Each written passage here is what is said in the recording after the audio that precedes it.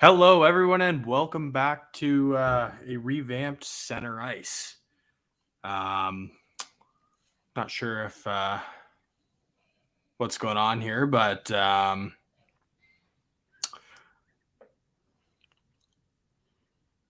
wrong? anyways, we're joined by Jesse Bell and Jonny Mac for a new look of center ice. Sorry, we're having some difficulties there with the technical stuff. Anyways, you might not recognize us. We're actually from the Six Man Podcast, doing a revamped version of Center Ice. Jonny Mac, how are you doing today? I'm well, guys. I'm excited here. Been at the rink all weekend with my little guy, and looking forward to getting this going. Perfect. And Jesse, what are we doing there today? I'm doing good. Good start to the week. I'm excited to talk to you guys about some topics, some stuff going on. So I'm excited for the new look of center ice as well. So looking good. Perfect. So I think we'll dive right into it. And first little segment we got going for you guys is in the room.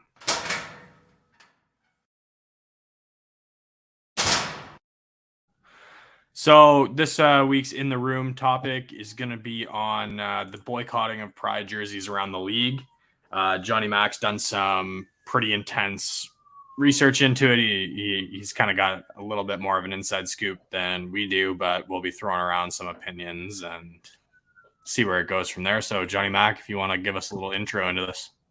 Yeah. So just for the viewers and listeners that don't know about this, each team has a inclusive initiative. A lot of them are doing a pride jersey in the warm-ups, a lot of rainbow tape, just wonderful things to promote inclusiveness in the National Hockey League. The slogan "Hockey is for everyone." I think it's tremendous that the NHL is such a forward-thinking organization. And I was, to be honest, quite disappointed when news started coming out that first it was Philadelphia, and then New York Rangers, and most recently Minnesota, basically kind of kiboshed or put a different spin on how they were going to support the initiative. And in those three cities, what happened was they didn't wear the Pride jerseys in the warm-up. They decided as an organization not to. Now, the problem with that is, obviously it gives the message that, maybe that organization doesn't support LGBTQ. All sorts of connotations came in from the outside, and I kind of dug into it, and there's a little bit more to it now. So if you take Minnesota, for example, Kirill Kaprizov a year ago wore the Pride jersey in the warm up for the Wild on their inclusive night. And what's happening here now, in digging around it, was in early December this year, just past year, 2022, Russia's anti-gay laws were amended. Basically, and the wording here from the New York Times is, it's illegal to spread propaganda about non-traditional sexual relations in all media, including social, advertising, and movies. So this is a conundrum that the NHL and the teams and the Players Association are in. The way this is worded, it could be detrimental to the Russian player going back to Russia. And I look at some of the situations over the years, and especially with the Russian government and some of their behaviors and invading in Ukraine and whatnot. And there's a big divide on certainly what's happening over there between even the Russian players themselves. But Russia's always been able to control their players and their citizens to a certain extent, and I think this was these decisions were made just based on the fact that they don't want one of their guys going back, and the Russian government arrests him because he wore a Pride jersey, and next thing you know, they don't let him come back. And these guys like to visit their family like all of us do. So I give these guys a little bit of a let now, and until this law comes to fruition or whatever it is, and they can be assured that there won't be any repercussions. I get it. Those players and those organizations did, continue to celebrate the cause and used rainbow tape. But I understand the jersey thing a little bit. What's your opinion on that, guys? So for me, I think a lot of fans in North America forget that other parts of the world are not the same as here. So as you were saying, there's obviously all of that kind of stuff going around where, yeah, sure, they might be not wearing a jersey and sticking out like a sore thumb but it's not necessarily even because they don't support it. And even if in some cases it is, it's more so about, can they go home? Can they live their lives the way they normally would, regardless of what either their political views are or what their country states is okay or not okay. So when you have something like that, we have to remember that we are very, very lucky to be living in part of the world where we're allowed to kind of express ourselves in whichever way we choose. But that's not the reality for a lot of people in the sport. And Jesse, where are you going with this? This is a tough one for me because it kind of started this year. It started in our city, but there's a lot of things were blown out of proportion with it on the Philly end of it. There were timeline issues that weren't being broadcasted, but the dramatic part of it was broadcasted higher than the actual knowledgeable part of it. As always, yeah, and it's just it is what it is. I did have some words for this. I was actually called from Ducks and Pucks in Anaheim about what had been going on, and I kind of stayed away from this subject, to be honest with you. I like you guys had stated, overseas is a whole different world than it is here, and for me, honestly, I think it's for people that are kind of hating on the Russian players for doing what they have to do for their families back home. It's kind of none of their business.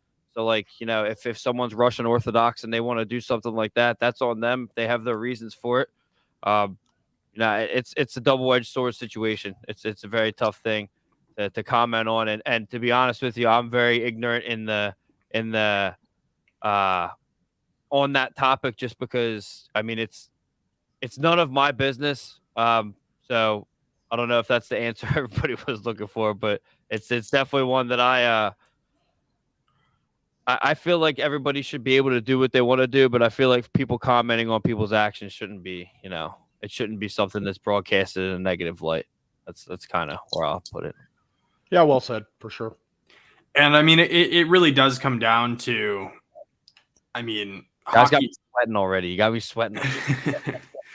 Hockey has always been kind of known as a not so inclusive sport.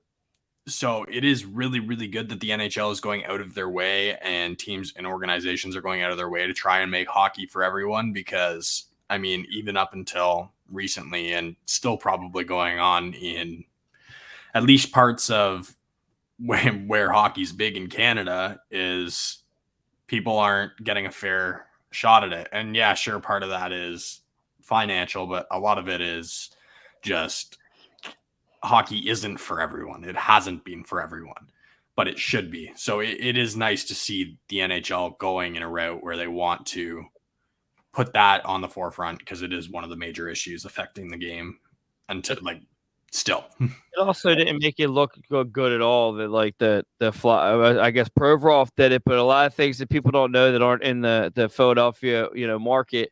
Scott Leighton and a couple of the other players were the ones that actually, it wasn't the organization itself. It was actually a couple of the players that are involved in the LGBTQ community, or their family members are involved in it, that actually threw it. But then, when the Rangers went and kind of did what they did, and then if there's any other teams in the league that did it, it didn't look good. It was definitely a bad look. So, I believe the Senators also did it. They at least put it out there that they were going to do it, and then there was never any jerseys worn or anything, but the players did tape their sticks.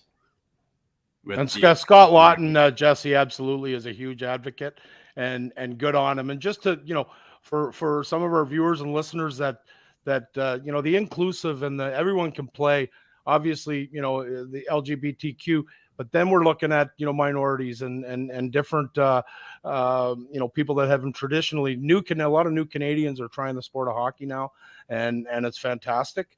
You know, hockey's come a long way, but there's a long way to go. There's you know, as we all know, there's been, you know, multiple reports of misogynistic and racial and homophobic behavior. And, you know, I can attest to it, you know, coming up when I did in the 70s and 80s, it was the norm.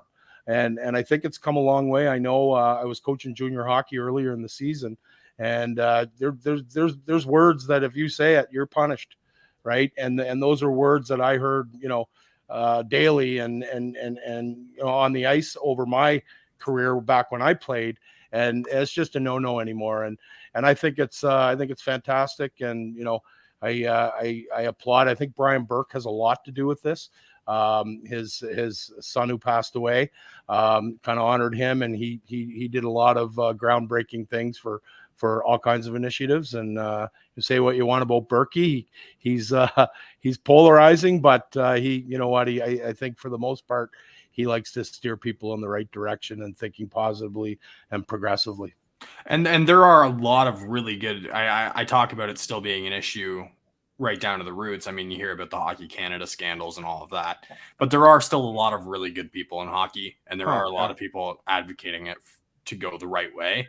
Yeah. And to attest to what you were saying about junior locker rooms and stuff, to this day, it's an issue. People are saying stuff that really shouldn't be said at all. But I mean, obviously it's a locker room. There's that kind of feeling of freedom where anything kind of goes. But we're at a time in the world where that's not the case anymore, and nor should it be. Some things just shouldn't, even if you think them, shouldn't be talked about. But regardless, even if you're joking, some of the stuff that's said is harmful to people. And that getting out, if it gets out, it gets out. And you're going to have to pay the piper for that. Yeah, the media is not going to you know, turn their eye on things anymore, right? Something said, whether it's in a tweet or a social media post or on the ice. I mean, everybody's mic'd up. There's always a camera or a mic close to you, and you know, it can ruin a career. It can ruin a 12-year-old hockey player's career, right? Let's face it. If a 12-year-old does something on video now or says a word, that's going to haunt them, right? They go into their draft year, and you know, the teams are doing their homework, and they do their homework. Absolutely. You know, they'll go in and they say, hey, look what this guy tweeted back in, you know, 2023 when he was 12. We can't touch him.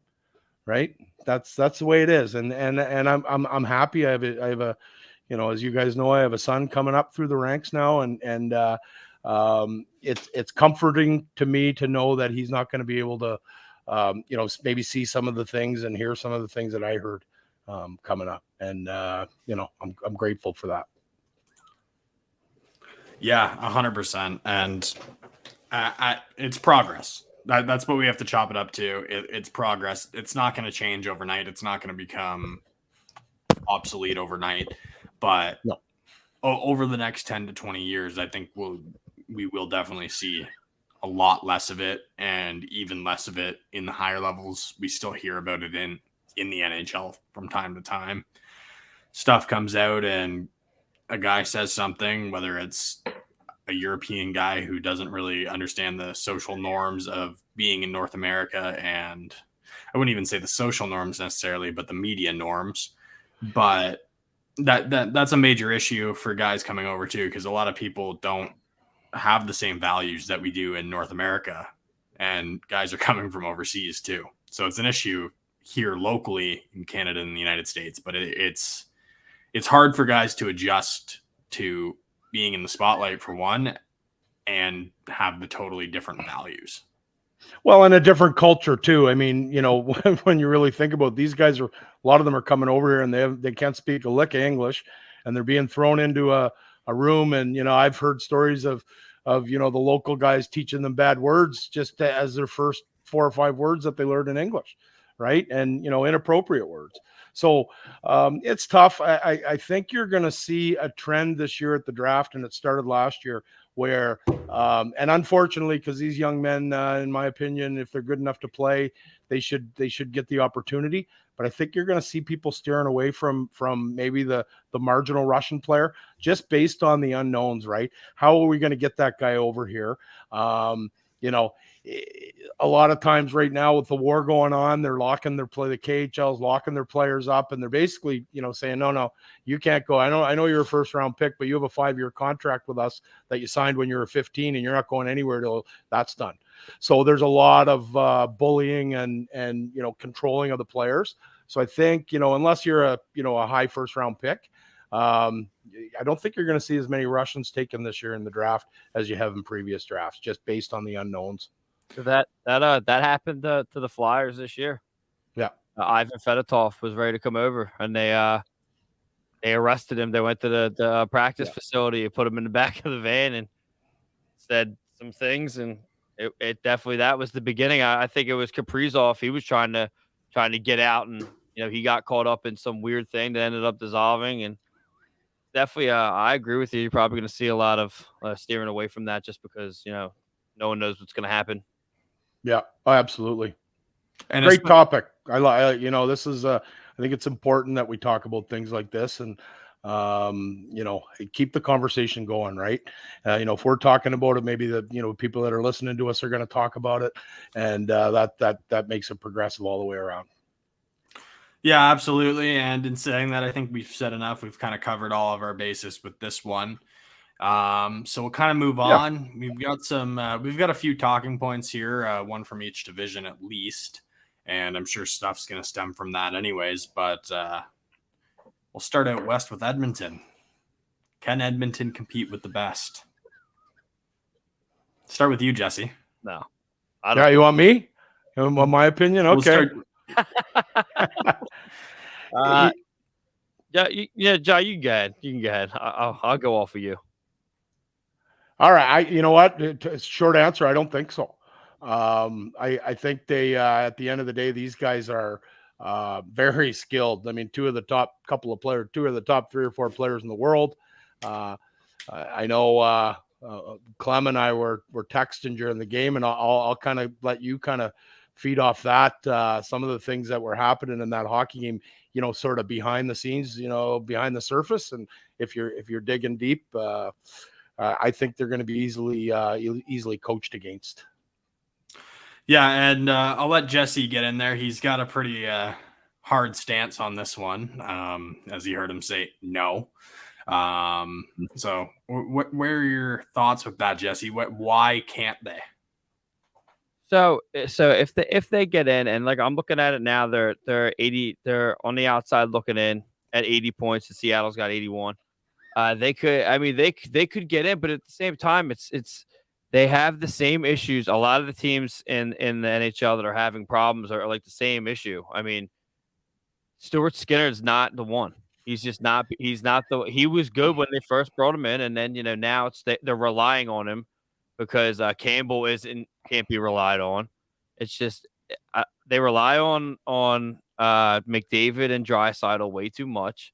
And it's just, I just don't think that they're going to, I think they may get in, but it's just, I mean, because they'll get in a wild card. Right. Well, there's no one really behind them that's making a push. I mean, Calgary could, but they're falling apart. I mean, so I just don't think that they have it. I just think they have their problems are in the areas that you need to really not put a Band-Aid on.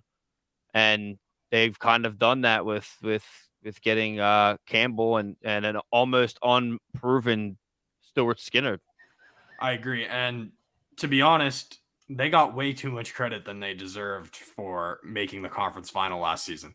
They didn't really play any tough competition at all. The Western Conference is worse now, but it was terrible last year now, aside from the top 3 teams. And I mean, they got absolutely exposed as soon as they played against a competent team, a contending team. And if they're in that wild card spot, they're going to be in a similar situation where they're going to be, you know, going off someone that's hot. They're going to be playing someone that's good. They're not going to be in the 1 seed. They're not going to be in the 2 seed. So they're going to be playing one of those contending teams whether that be the Stars, whether that be the Avalanche if they get up there. But there's so much going on that they can't rely on McDavid and Draisaitl. They might win you 2 games in a 7-game series. They might go get 5 points each in 1 game. But they can't do that every night, and they got exposed the other night playing against Toronto. Toronto, say what you want about them, Jesse, but they have one of the deeper rosters in the league, and Sheldon Keefe is a head coach, and he was rolling lines, he was changing combinations, and it was every time McDavid got off the ice, they would score immediately.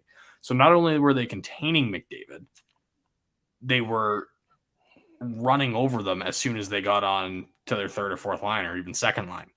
So that's kind of where the issue stems from. And their defense is terrible. It's always been that, though, hasn't it? Their defense hasn't been great. And then they always have a goalie issue. Like Mike Smith, he wasn't that. I don't know. I have a couple guys that I work with that are Oilers fans, and I'm like, you guys can't be confident going into the playoffs. Like, there's no way. Like, you can feel that way. And they're like, yeah, well, you're a Flyers fan. I'm like, yeah, well, I don't stress out there in the playoffs. You do. Well, even to add to that, guys, I disagree a little bit with both of you. I think they may actually have a team and the personnel. I'm okay with their goaltending. If you've heard me talk about playoff goaltending, if you got 2 NHL goalies that are healthy, somebody's going to get hot, right? And maybe even a third one in the pipeline. Goaltending isn't what it used to be as far as winning a Stanley Cup. So you got that. I don't mind their defensive core. I really like the position that they put Evan Bouchard in to start to run that number 1 power play unit. He's getting some bigger minutes now that they traded off Barry. And I don't mind their team. I don't like the way their team plays. That's what it is. I don't think they're playing a team defense. I think that's a good enough team to come out of the West. If they were coached properly. I have a problem with the coaching there. And Sheldon Keefe, as Clem said, exposed it Saturday night. What he was doing was basically showing every team that they're going to play in the West in the first 3 rounds before they can get to the Stanley Cup final. Hey, if you have 3 lines that you can roll and mix and match. So essentially, traditionally you have a top 6. If you have a top 9 group of forwards, and you can just throw different combinations. Find the 3 that are going to keep McDavid and Draisaitl to 2 goals in a game, and let the other guys roll. Right? That's how you coach against this club, because they don't the supporting cast aren't put into positions to succeed enough. And that's where I just don't think. Like, I think they might they'd have to severely outcoach someone to win, because they don't have those 3 lines that they can roll. Yeah. And I don't see that happening, but they also, in my opinion, don't have the personnel in general, solely because they have realistically one line, and then probably 1 third line and 2 fourth lines. Yeah, I just don't see I just don't see them beating anybody in the first round that they'd be going up against. I mean, people are saying that if they go up against, LA, that's unrealistic. I don't think that they're not going to have an easy time regardless. If they get out of the first round, it's just going to get tougher. I mean, it's not the West, and mind you, the West is so bad compared to the East. You never know. It's just, and you can't rely solely on, the Colorado Avalanche, mowing over everybody too. I mean, Seattle's in it. Who would have thought that would happen? They're no slouch. I mean, Vegas can actually be spotty every now and then, but it's just, I can't get there, guys. So, speaking of the Seattle Kraken, do we think that they're a threat in the West? A legitimate threat in the West? Are they contending to come out of the West? No, I don't. I think, as you've seen with most of the franchises that are successful long term, they're on their way. Absolutely, they're on their way. I think they got to learn how to lose a little bit. They're a little bit like Vegas in that first year, not the second year, but the first year, where it's like, what? Guys are stepping up, and you look at the standings and go, wow, how is that team where it is? So you never know. Could they surprise somebody in the first round? Anything can happen, right? You ride a hot goalie, and You get some secondary scoring. I don't think that they're going to be there standing at the end, but you never know, right? They've sustained it all year. I didn't have them in the playoffs this year.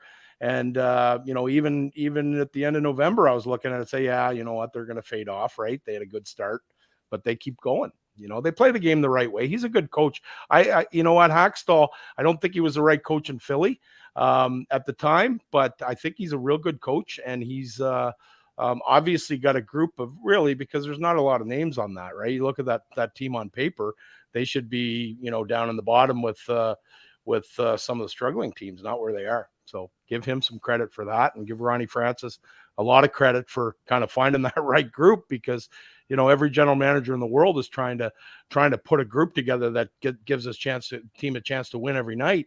And Ronnie did that in a year and a half. Jesse, you looked a little bit more optimistic than Jonny Mac there, but I like Seattle. Like, I like the idea of Seattle, but I think this actually breaks down to the rest of the West is just so bad that I mean, if you look at the bottom, San Jose, Anaheim, Vancouver, Calgary, and it really stops there. From that down, almost all of those franchises are like falling apart. I believe for the first couple months of the season, Anaheim didn't only have 4 regulation wins. They were winning in overtime or shootouts or whatever it was. They're just and it might have to do with people want Bedard. I don't know what's going on in the West, but I don't think you're going to see Seattle at the end like John said. I will agree with that 100%. I don't think they're going to be any of the last man standing, but I'll agree with John. I think you'll be surprised a little bit, but I think it may phase off like he was saying. Yeah, and I don't disagree with that, but Good story. The issue with Seattle, I think, is they have guys stepping up, and we saw that with Vegas, where William Karlsson came up and looked like he was going to be a regular 40-goal scorer. And they had that magical run where, I don't think their competition was very tough in that first year. But there was a few ways that could go. But they got to the Stanley Cup final nonetheless. And I think the new opportunity is kind of what's going on with these new franchises. Vegas and Seattle, they both had a bunch of third liners that are now getting the opportunity to play first line minutes. And all of a sudden they look like they can play on the first line. And that probably has something to do with, and I don't know if Jonny Mac wants to add to this, but probably has something to do with how getting that new opportunity brings new life, new legs, and just. Oh, absolutely. A change of scenery is always a good thing. And sometimes a bad thing, but a lot of times it can get somebody going. Absolutely. 100%. You get into a different situation, and you may not even know that it's a better situation than you were in until you're in it, right? Exactly. And William Karlsson's just a perfect example of that. Anyways, moving on from that discussion, we'll show where something back in the East is going. Ottawa was recently streaking. It's come to an end, but they were on fire there for a little bit. They looked like they were going to contend for a wild card spot for a little bit. They still could, unlikely, but they were just going nuclear for a little bit. Do you think they can contend as early as next season, or do you think it's going to take a little bit longer to get the guys in the pipeline going 100% of the time? Sorry, Jesse. Yeah, I think they will. I've had kind of a weird taste in my mouth about Ottawa since I believe was it their GM or their coach came out and said that they're ready to be a contender. I think that was last year. They got Giroux. They got a lot of good acquisitions for sure. Now they have Chikrin, who everybody was looking. I did not think he was going to go to Ottawa, but I think he fits there. And it came out that he wants to be there, which is and like I said, they have Giroux. He's a good leader, in my personal opinion. I didn't think he should have been the leader in Flyers, but I think they can. I mean, was it Brady Tkachuk? I mean, he's a gamer, man, and I think they got a pretty good squad going there. They're scary when they turn on the Jets. So I'm not really familiar who their. I always mix up what their goaltender tandem is. I think that, and every time I'm reminded, I think I remember being just kind of like, yeah, it's not really the best, but yeah, I think next year if they figure some things out, I think they could be absolutely going a tear there. Yeah, absolutely. And I think that kind of boils down to partially the fact that their GM wants to win, and he's showing them that, and he's going out and making acquisitions, even though that like they're not in the race really this year. So he's showing that team that, yeah, we're not tanking. We're not going to do that. That's not us. We want to win.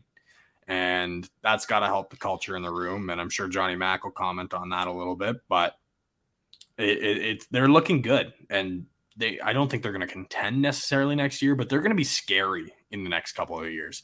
And that Atlantic division's just loaded with talent right now. Jonny Mac? Yeah, you know what? I like the group a lot. I liked everything that they've been doing. Dwarin, getting the guys that he's got. Stutzla, I'm telling you, I didn't like the kid. I was a little shocked at that high of a pick, and a little bit of bias because you see the Canadian kids and the American kids even with the National Development Program and some of the colleges a lot more, and you got this kid coming from Germany, and saw him at the World Juniors, and he looked good, but I wasn't sold that he was going to be a top even 10 pick in the National Hockey League. Well, he's proved me wrong. He's been tremendous. But the key to this hockey club, I'm telling you, is Brady Tkachuk. This kid, I think the room A is tight already. With a bunch of kids, that's not a lot of time you're going to see that, but DJ Smith is underrated as a coach. So DJ, journeyman player. He won a Memorial Cup with Oshawa, and then he joined Mike Babcock's staff in Toronto. And I heard quite a few times from some reliable sources that DJ Smith was the guy when Babcock was going on his rant and the kids were young and Matthews and Marner, and he would go in and he'd berate them and he'd be in between periods screaming and hollering. DJ Smith was the only one that kind of had the cojones to turn around and say, hey, Babs, that's enough. That's it. Okay. All right. So that says a lot when you're going to stand up to a guy like Mike Babcock and the resume that he has. But I was thinking about when we were talking about we shot around the topics today, and I was trying to find a comparable player to Brady as far as presence, and I couldn't find one, from a forward, and I would have had to go back probably to the 70s or 80s to find a forward that has all the kind of intangibles, I guess, that this young man has. But and as a Philly guy, what do you think of this? I think if I was going to find a comparable player in the last 25 years to Brady Tkachuk, it would be Chris Pronger. Right? I think Brady Tkachuk is a Chris Pronger up front. He plays the game hard. He plays the game vicious. He'll play between the lines. He'll fight anybody. He will stick you. He will score goals. He will do whatever he has to do for his team to win. And when you have a guy, when you have a guy like that leading your group, those guys are going to toe that rope, right?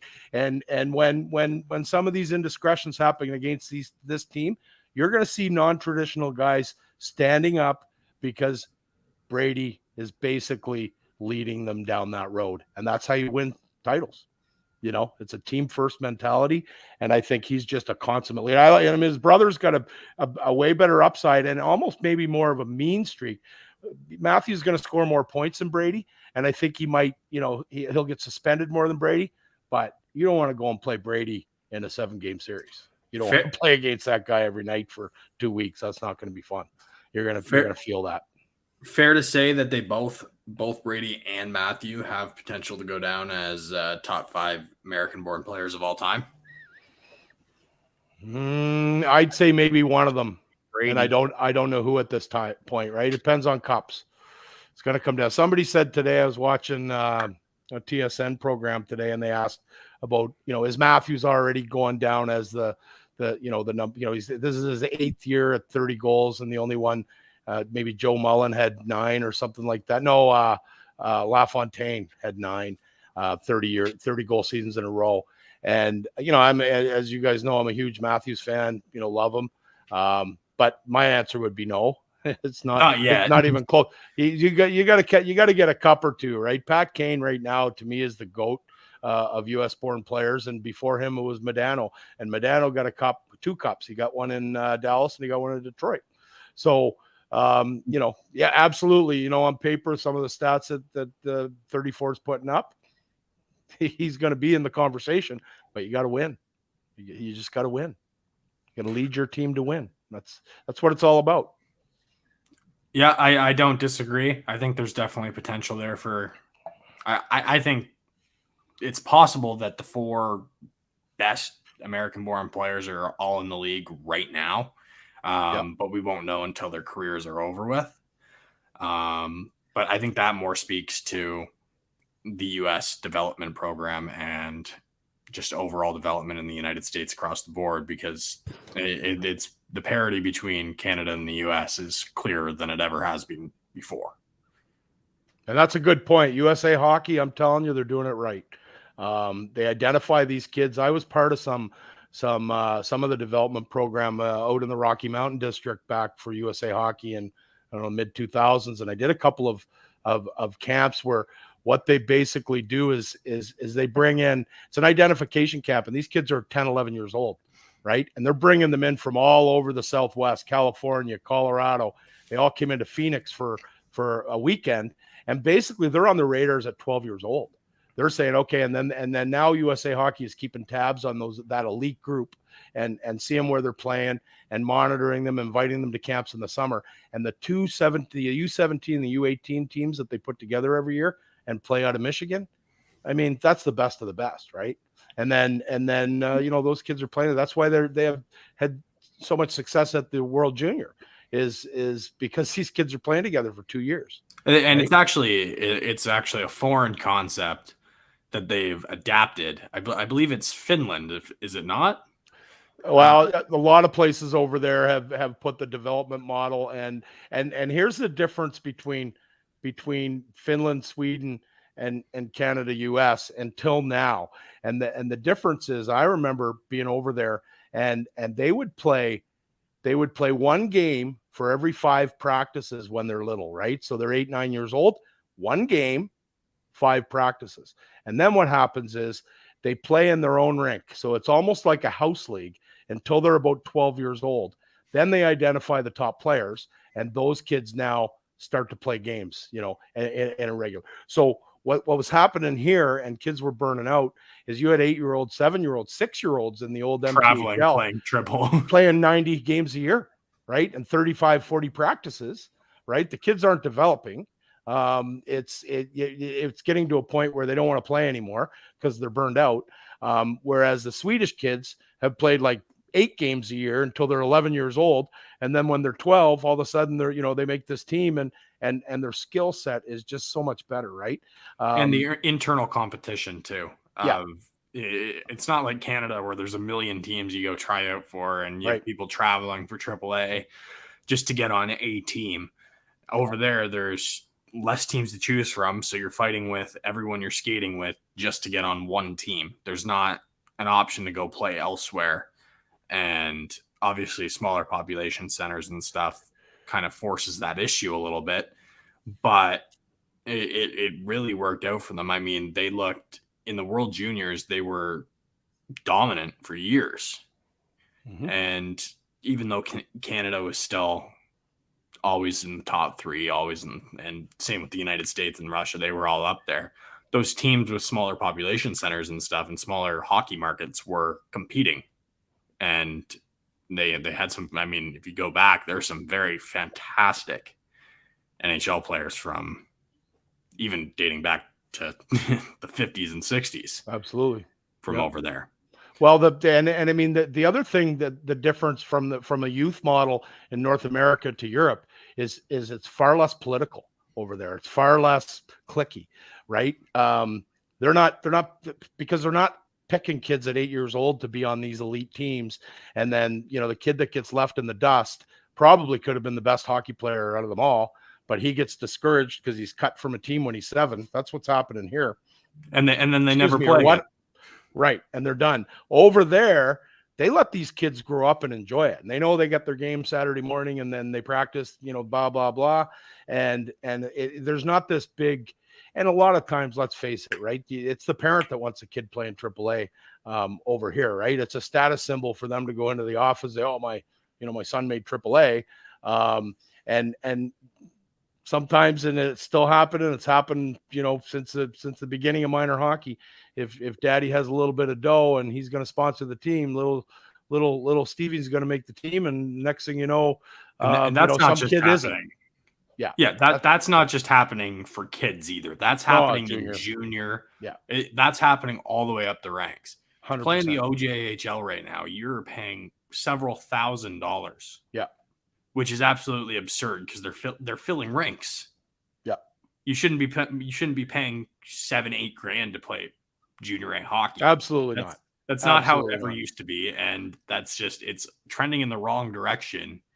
And I think that's allowing a lot of countries to kind of catch up with Canada in terms of the development sense. Oh, absolutely. And there's more stuff going on now, right? Soccer's big now. Soccer wasn't big when I was a kid in the 70s and the 80s. That, some guys played it, but it wasn't like it is now. And now it's a year-round sport, right? My son Jack has some kids on his hockey team, and they've missed hockey practices because they're elite soccer players, and they have a winter indoor game. Right. So that's unheard of in this country, right? A kid missing a hockey game to go to a soccer game would be, if you say that 30 years ago, it'd be, wow, no way. That's never going to happen in Canada. It'd be funny. It is now. Yep. Okay. And moving on from Ottawa and the development program talks we got into there. This one's going to get Jesse a little bit more involved here. Philly fires their GM. Heading in the right direction? It's a 5-year direction, apparently. I mean, Chuck Fletcher. Can't really say anything without getting fire here, but I'm going to do it anyway. He just wasn't the guy. I don't know. He didn't really make any. The moves that he made at the beginning were they were the right ones. Didn't work out. Ryan Ellis is non-existent. Poirier's hurt again. A lot injuries definitely came and haunted the Flyers, but yeah. So Danny Briere is definitely looking like he's going to be the guy to fill the shoes. They made him interim, but I mean there were reports all over the place saying that they're gonna slot him in. It would make sense. Hockey ops positions open, a couple other positions they're looking to fill. But yeah, I mean they're like I had talked to you guys earlier backstage before we started. They're definitely trying to. Well, they're trying to make. They said that they did something with. And that's happening too. Anybody that has a 2 to 3 year contract still existing is available for trade.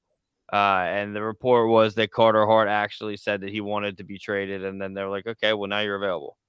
So it's not a fire sale. They're definitely rebuilding, and that's something that everybody in this area isn't used to hearing, which is like the truth about what they're doing. So I think it's a good thing. It was revealed at a press conference yesterday morning that Danny Briere had a lot to do with Torts being hired. So I think it's going to bring the culture back to Philly, which is what needs to happen. I'm usually against getting former players in any role, in the high ups in any position, just because it hasn't worked for the Flyers at all in the past. But yeah, this looks like a good thing. We'll see. I'm used to this heartache, so like I'm just going along for the ride at this point. But the fan base and the media are in an uproar. But I think that even adding on the Hart thing, I think that's all a great thing. I think it's going to work out. So 5 years is I think what Danny B said. It's going to be a little while, which goes past Torts' contract. So and So the question is the fan base, you would know better than anyone, is the fan base going to embrace this rebuild, or are they going to be pissed for the next 5 years? I know Philly gets their heads up a little bit about everything, but are they going to be okay with this by year 1, year 2? No, they're already not. They're already not okay with it. Considering the fact the first thing that they released, I wish they would have done this when the season ended, was the Carter Hart thing. And I don't think that the fan base isn't handling that well. So if they're not going to accept it, does Philly believe that they have the pieces to compete now? Does the fan base? It doesn't go that deep with the fan base. The fan base basically, there it is. Yeah. So basically, what's happening now is if this goes through, and it's not decided. Like, it was a rumor that Hart had asked for a trade, which is probably not true. But if he's in that criteria, then they'll get rid of him, and they'll get a haul in return. They don't believe in that. They want Hart to stay here forever. They want everyone to stay here forever. They have a huge problem with detaching themselves from players, like Simmons.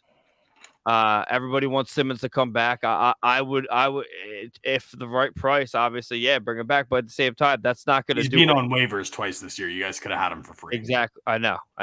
And but that's the right move, is to not, because he's not going to move the needle for us at all. We need what we need, and we need to rebuild. And it should have happened a long time ago. So glad it's happening now. Jonny Mac, any thoughts on? You know what? If Hart did in fact, ask Danny B for a trade, or even imply that to the agent, as an organization in the state they're in, they have to move him. You don't want that guy that's a league. I mean, he's a goaltender, but he's a leader, and he's one of your best players. You don't want a guy that may not want to be there in that position, right? If you get the inclination as a manager or even as a coach that a guy doesn't want to be there, you do what you can to move him, especially if you can get assets for him. I don't think it's a 5-year rebuild. Let's see where the ping pong balls go this year, right? They could draft a young kid that could change the franchise forever. Let's look at. They're going to be in that mix when it's all said and done. There's another franchise player too, in Adam Fantilli, that's going to go too, and either of those two guys will speed up a rebuild, right? They're going to be, kind of a Matthews-ish kind of impact into your organization right away. They've been in the spotlight, they understand. And let's face it, I can, Philly's been hard on goalies forever. And if Hart kind of sees an opening, maybe that, he doesn't like the pressure, who knows? We're not inside his head. Maybe, move him out. You don't need a top tier goalie if you're rebuilding. You need a veteran, and then you need to develop a kid or a couple of kids that you have in your organization. Give them some opportunities. Don't put the pressure on them that they need to win, and go out and start to really assess your organization. If Briere's smart, what he's doing right now is he's going to this last 15, 17 games, he needs to start looking at guys in depth and giving guys that are in your organization in the minors an opportunity to see if they can play at this level. And if they can't, start to move them out, right? You got to have your 50-man roster or whatever it is between the NHL and the American Hockey League. You want guys that have a chance of being here, other than maybe a few veterans to lead the kids in the American League.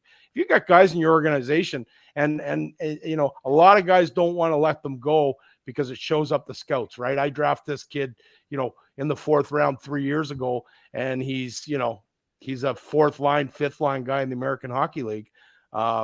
A lot of times they won't get rid of them because the scouts, it's like, oh, right, really? So we wasted a 4th round pick. So they don't. Now, you get a changing of the guard. They could come in there and really make some moves.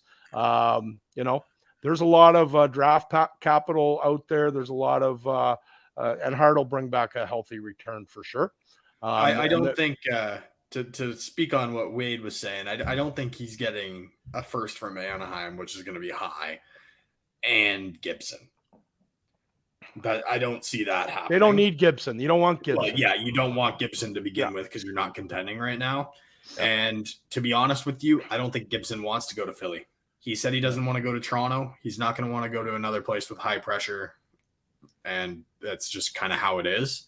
Why is Philly so hard on goalies, Jesse? Because I was hoping we were going to get into that. They don't develop them right.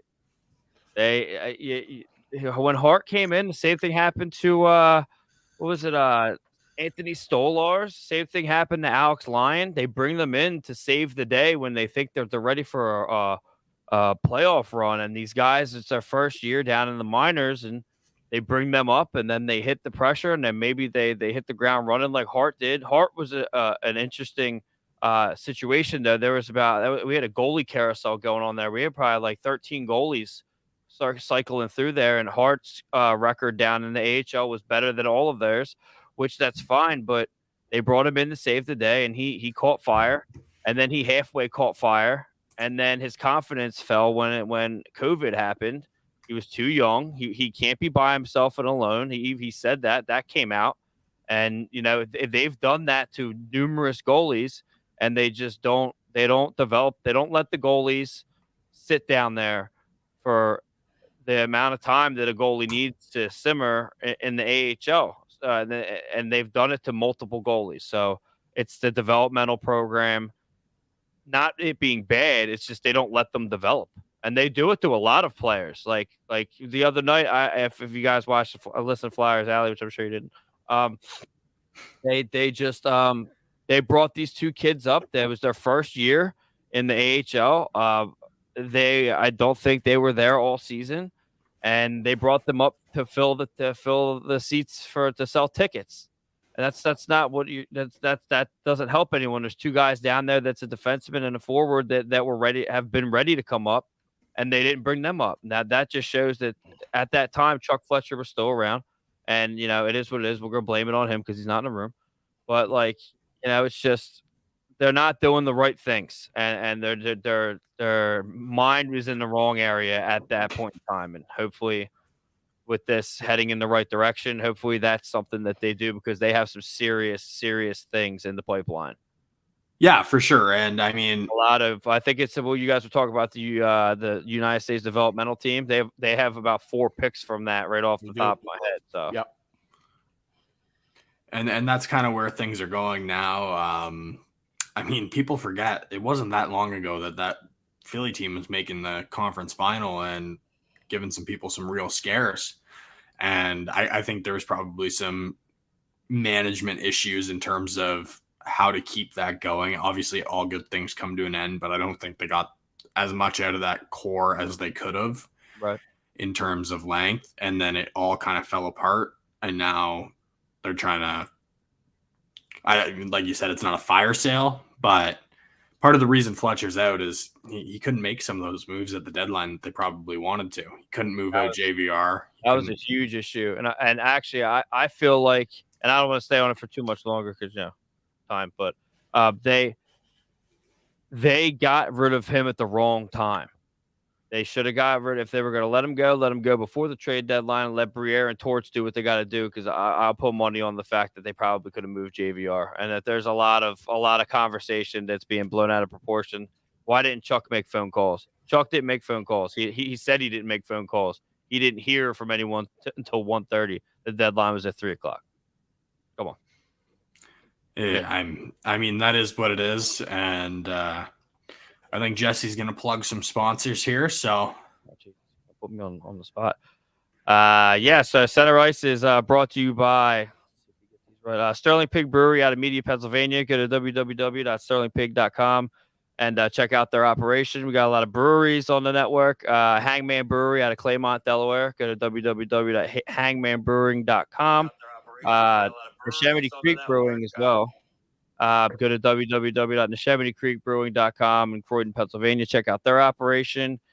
And Bright Path Brewing in Jim Thorpe, PA. Check out their stuff, the brewery up on the mountain. You can also go to Fanatics. Use the link in the description. The promo code is SHIP24 for 24-hour shipping for free. Norse Beards, www.norsebeards.com. Use promo code OCS for 25% off your Beersman products. row1brand.com as well. Use promo code OCSN15 for the site-wide artwork.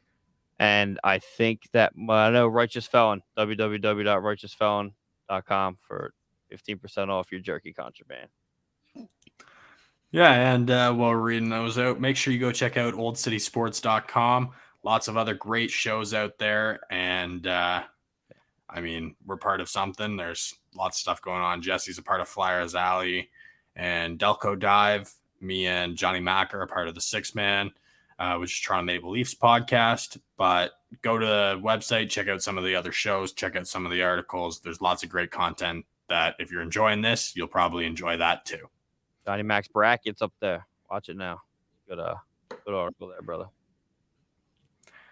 And so we got one more talking point before we get into kind of the division standings and what's going to happen here for playoffs. So we'll get that going right here with is Cale Makar 100% healthy, or was he rushed, I should say? He looked pretty healthy on that overtime goal in his first game back, but I mean, they're concerned in Denver right now. You've got Bowen Byram, who's had lots of concussion issues dating back to junior. Cale has had a couple this year. He plays the game so fast. A lot of times you're going to get hit, even clean, and you're going to get a little bit of a rattle. I hope they're not rushing him. I think the career that young man's going to have. If I'd like to think, and Joe Sakic's always been nothing but classy. I don't think he puts a kid in a position that could hurt him long term. They've handled Byram with kid gloves, so I hope he's ready. They're going to need him, obviously. They're in the wild card spot right now, but you're going to get a good team.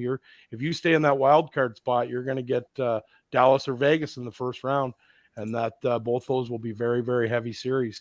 And if you've got a couple of defensemen that maybe a little fragile based on some head trauma over the last year, those aren't the two matchups that you want coming out of the gate for sure. But he looked good the other night. Obviously, he's going to make a huge difference, on any playoff run. And you want him healthy. I just don't see why they would have brought him back at this point. I think they're pretty much locked in. They'd have to really play some bad hockey to not get in at all. But maybe they're looking at matchups. Maybe they want to get in and play LA, right? It's not going to be as heavy of a series. And Jesse, any thoughts on that? Have you been watching him play at all and following it? Yeah, I'm a big fan of Cale. Big fan of the Avalanche, their captain who's hurt, and I don't know if he's coming back this season at all. It doesn't look like it. Yeah, Bowen Byram as well, like John said. I mean, I would hope that he's 100%, like John had said. Especially the speed that he was playing, like it's kind of hard to back up after what John said. He kind of covered all the topics there, but yeah, I mean, I don't think they would put him on the ice, especially in this time where they're trying to get past the wild card and try to get in. But who knows? I mean, I don't think you do that to a Cale Makar, to be honest. I mean, you want to get in, but at the same time, like that's a huge future piece of your franchise. And I'm sure that Cale was on board with it. He was probably itching to get back out there. I do kind of wish that they took their time a little bit more, just precautionary wise. When you have a player like that, you don't want to see someone's career ended because he gets hit one big time and now he's got what is another side of it too. If you think about this scrutiny now, I think you're going to get a young player like a Cale or some of these other young superstars that they read the internet, they read the comments. He goes down and has to miss some time with a head injury, and they're turning around and they're saying, okay, we're done without Cale. We're done without Cale. You wonder. I mean, Cale's about as level-headed of a kid as I've ever met, but sometimes you get that pressure, right? You get that pressure, and you may not feel 100%, but you feel like you owe it to your organization, to your teammates, to the fan base to maybe get out there. I hope that's not the case, but it's happened over and over and over, right? The player themselves is the only one that knows really whether they can go or not. There's not a test that says, this guy doesn't have a headache or this guy has a headache, right? So a lot of players have different, pain thresholds, right? There was one of the Plager brothers in Bill or Barkley that played for St. Louis in the 60s and 70s. One of the things that they said, when they started to diagnose concussions in the National Hockey League, is they said, we used to have concussions when we played as well. We just called them hangovers, right? So it was one of those things that people, it was a fine line for sure. But yeah, there's enough information out there in science that, you got to let that rest. Look at Crosby's a perfect example. How many people thought Sidney was done that year? He basically sat out the whole year. Well, he's gone on to play 10 or 11 more years after that, right? And it's because he took the time. They can heal, right? Concussions can heal if you don't do anything and you listen to the doctors. Yeah, exactly. So, yeah, but it wasn't an option. It wasn't an option when we played. I couldn't imagine telling a coach in the mid 80s, late 80s that, hey, I can't play tonight because I have a headache. Because you'd be worried about your job, right? They'd be like, oh, do you? Okay, good. Here's a ticket. You're being sent down or you're being traded or whatever, because we want men that can play. And that, ties back into the just the stuff we talked about at the beginning. The culture of macho. Hey, you know what? There's a little headache. Whippy do. Take a couple aspirin. Off you go. Right. And we know more now than they did then at the end of the day. So. Yeah. And we'll know 10 years from now more than we knew now.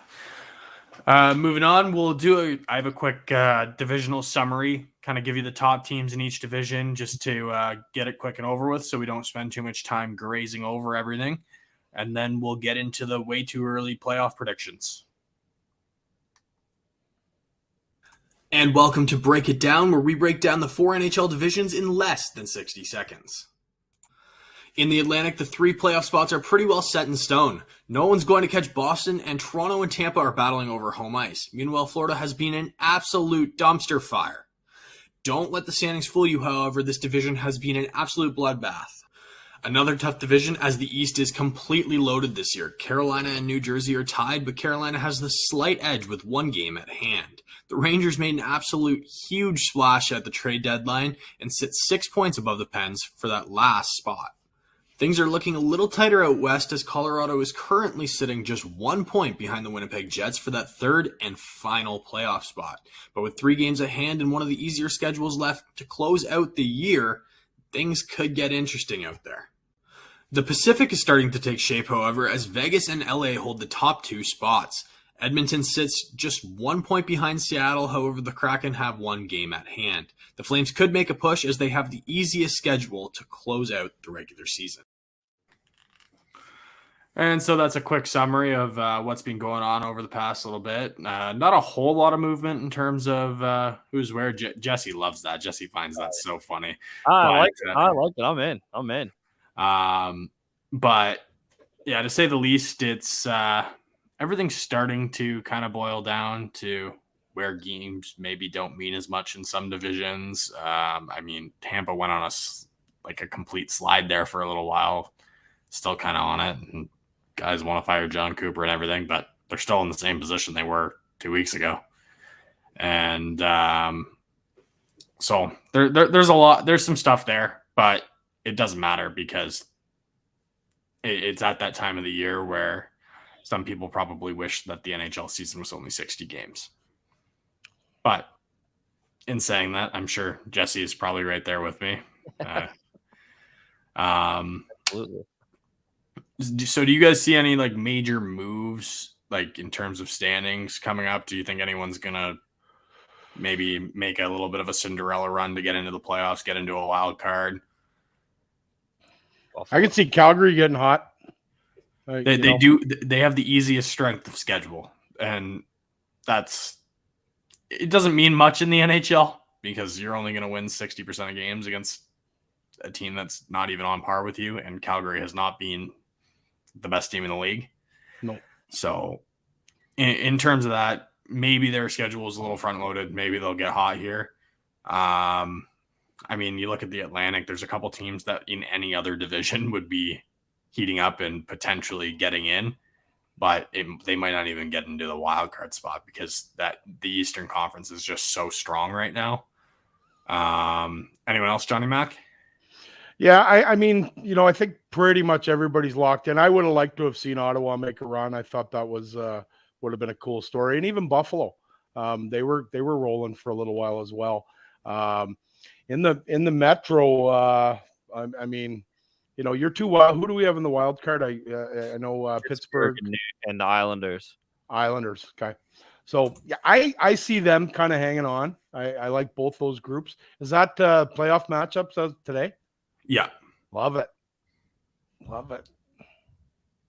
So yeah, you got the Islanders currently slotted up against Boston. It's going to be an onslaught. I'm excited to see what we can do with this show during the playoffs because this is that looks. I'm looking at it on my phone. That's the same thing, and that is that Metro, the East Coast, the East Conference is a battle. Every matchup is. Besides it says was it Boston versus Islanders? I don't know. I think that's a bad matchup for Boston. I do too. I really do. I don't know. I think they're the better team, matchup. But we'll play devil's advocate there. Yeah, I think they play the game. They play a game that can counter Boston's sort of attack game. But boring, slow pace. Yeah, shut them down, and the key is they've got to be healthy enough, and their big guys have to score when they get that opportunity. And if they do, they could be problematic for Boston. I really do. I think that might be Toronto or Boston's worst matchup out of anybody that has a chance at a wild card. Yeah, I would agree. What are you guys looking at being the most fun series if this was how it was today? I would say for me personally, East Coast would be New Jersey Rangers. West Coast though, I'm very interested in the Seattle LA. I gotta go. I'm going. I want the Sabres to get into the wild card, but like John has said, I think that's too far out. Now looking at what the standings are, but I mean, I gotta back my boy Zach McEwen up. He's over there in LA, so I want the Flyers to regret getting rid of him, and I'm hoping that's what happens. So yeah, the Seattle, LA, and the New York, the battle of the turnpike here. I guess that's kind of fair because you don't have anyone to root for in the playoffs, so.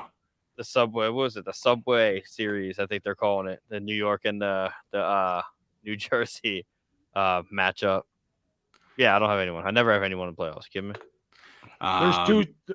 There's two series that I think is going to be, if you're a throwback and you like old school heavy, hard hitting hockey with scrums almost every whistle. So you got Toronto and Tampa in the East. They don't like each other. That series was great last year's too. Absolutely. It was a 7-game series and heavy and, physical and dirty and, vicious at times. And then the one that's going to be like that in the West is that Minnesota Winnipeg. That's going to be like a war. You're going to see those teams. I mean, Minnie's a tough team to play against, and Winnipeg is too. And I think that'll be a real heavy series as well. And so if we're going to do some way too early playoff predictions, let's not do the first couple rounds, but let's say who's in the Eastern Conference Final, who's in the Western Conference Final, who comes out of it, and who wins the cup. Start with, let's go with you, Jesse. Who do you got? I was hoping you weren't going to come to me first. I know, I saw that. That's why. I'm never good at this, but maybe I'll be better this year. I have a newfound hope for the Bolts, the Lightning, just from their Tanner Jeannot addition to the team. To be quite honest with you, I'm tired of seeing Pat Maroon hug people. Tanner Jeannot comes in, he lets that right hand loose, and it's good night Gracie. So I'm really, I think that I think it might be between them and Boston. I would like the Rangers, but just I don't know, the whole thing with Patrick Kane hasn't really done much since he's been added to the team. It's way too early, but I mean, it's just the hype wasn't really what is happening now. But they look terrible. Yeah, he looks terrible, and I mean, there was that concern kind of from the start that they went out, they have a great team, but the defensive responsibility from their forwards is just kind of obsolete and terrible. I would say between me personally, I would say between the Lightning and Boston in the final for the Eastern Conference, and on the West, I think I can't even comment on it. I just don't know. Let's come back to you for that, because let's stick with the East Coast, see where we're going with that, and then we'll go to the West Coast. Johnny, who are you thinking comes out of the East? I like Toronto and Carolina out of the East. I don't think Carolina gets out. I see the Rangers beating them. The only thing I see happening to Carolina is the fact that they're going to outplay them defensively the entire series. But it kind of comes down to if New York can just outscore them, they're going to kind of look like, I think it's going to kind of look like whatever series Edmonton plays in, if they make it in. It's going to be very high scoring on one end, and then as long as the other team can keep up with that and shut them down defensively, that's kind of what it's going to come down to. I wouldn't be surprised to see New Jersey even upset the Rangers, but there's a lot of unknowns there right now. I mean, you still have Pittsburgh there. Pittsburgh could make a run. Anyone could make a run, but I gotta say, I think Toronto probably exercised their demons. Call me a homer or whatever you want to call me, but they need to win a series. They figured out Tampa last year. It came down to a 1-goal game in Game 7. So if they can exercise those demons, get comfortable with playoff hockey, then they're rolling. And then they're going to want to beat Boston because they hate them. Or maybe they don't hate them, but the fan base hates them. There's going to be so much hype around that series that it's just going to be exciting. And I think probably all 4 series go to 6 or 7 games in the East. So it's kind of hard to say who comes out, but I got Toronto, and I'm going to go Pittsburgh in the conference final, just because I'd love to see that Pittsburgh team kind of make a run. So Jesse, you had some time to think about it. Who comes out of the West? Or do you want Jonny Mac to go first? I can go. I don't know. It might be. It could be. I want it to be the Avalanche, but it's just that's too much up in the air right now. I mean, if people are healthy, or if what happens if God forbid something happens to McCarr again, just like a little slide of anything, Don't forget Dallas. I mean, the West Coast is like, it's kind of difficult, but I'm going to go ahead and say maybe Dallas. Been a long time. Who are they playing in the conference final? Golden Knights. You think so? Yep.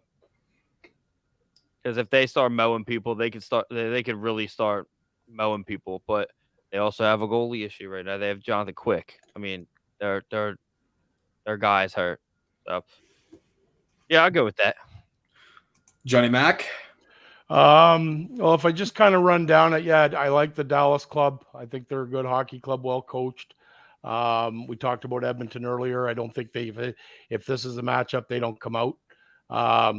Winnipeg and Mini, I still have Winnipeg. I think they're more skilled and much better coaching. They're not talked about enough. No, they're not. And they're heavy, and they're built for the playoffs.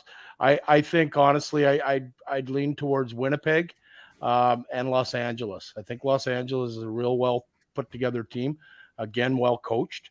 Colorado is going to miss Nazem Kadri. Nazem Kadri was a key to that Stanley Cup run.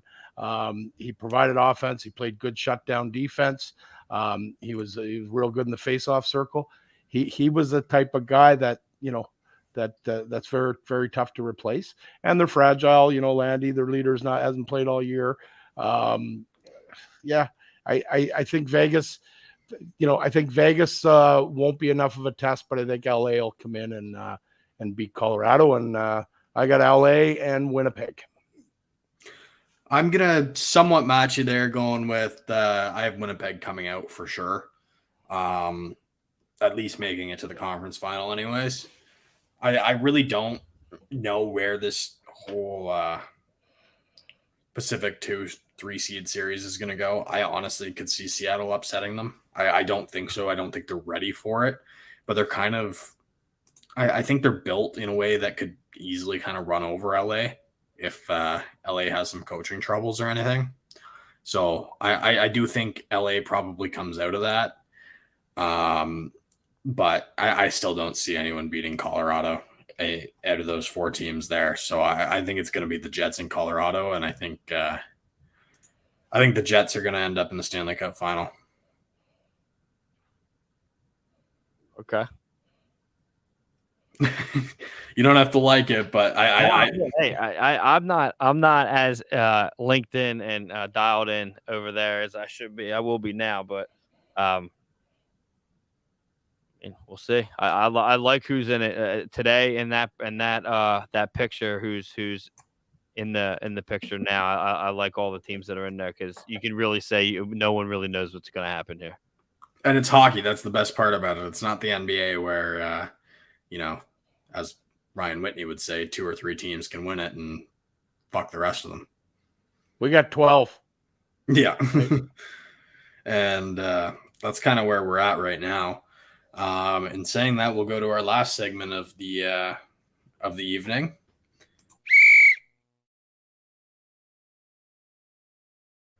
Love it. That's cool. Jonny Mac.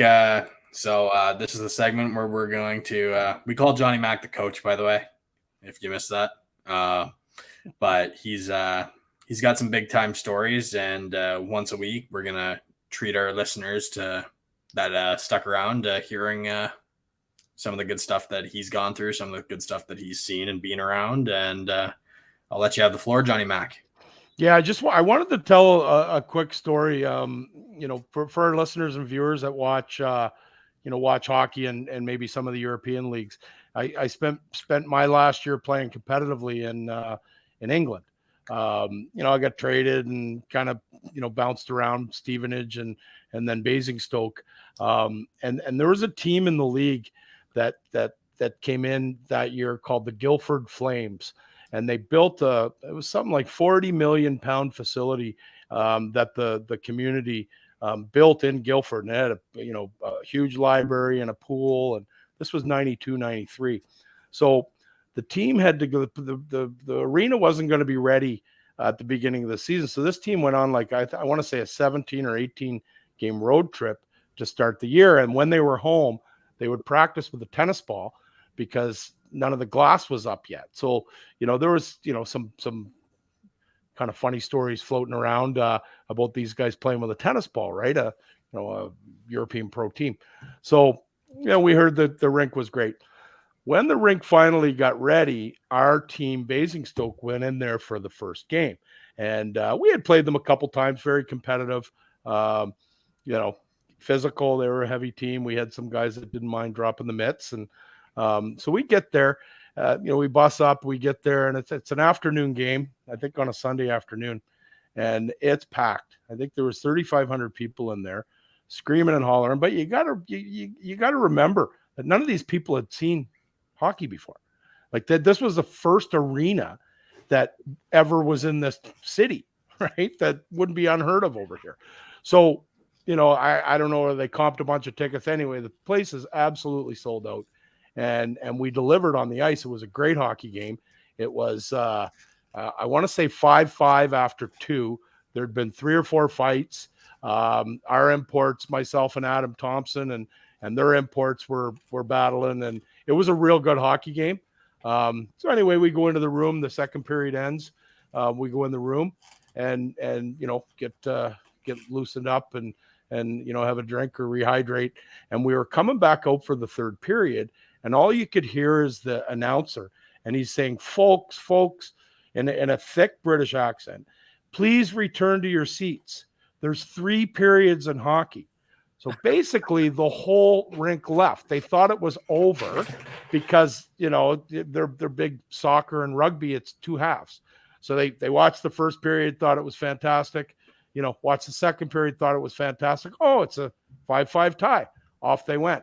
So for the third period, I think there was 350 people, 400 people tops in the stands, and it's just a tremendous hockey game.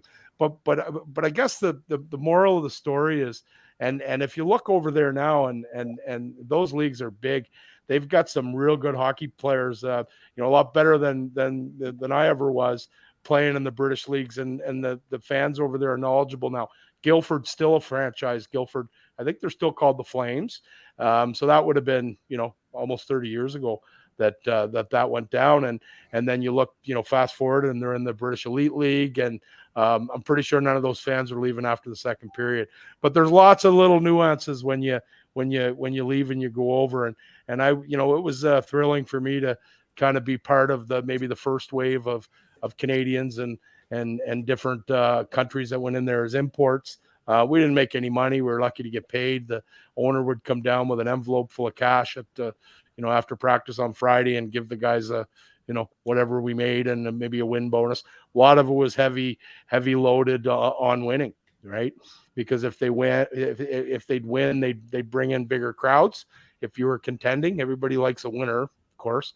So, we'd get more money the more times we win. And I can remember when the buzzer would go at and all the guys on the team had a win bonus of, X amount of pounds. And when the buzzer would go and we got a win, it would be cha-ching. The boys would look at each other, cha-ching, that kind of thing. So yeah, just a little anecdote from the UK in the early 90s. And looking forward to another one next week. We got a pretty cool guest coming on next week, guys. A real accomplished, you want to call him a journeyman or a guy that's been around and I know for a fact has some tremendous stories. He's played in the National Hockey League. He's played in the European leagues. Really had a non-traditional path up, but real cool guy. And I think our listeners and viewers are just going to love him. Bill McDougall. Look him up, Hockey DB. He's been everywhere.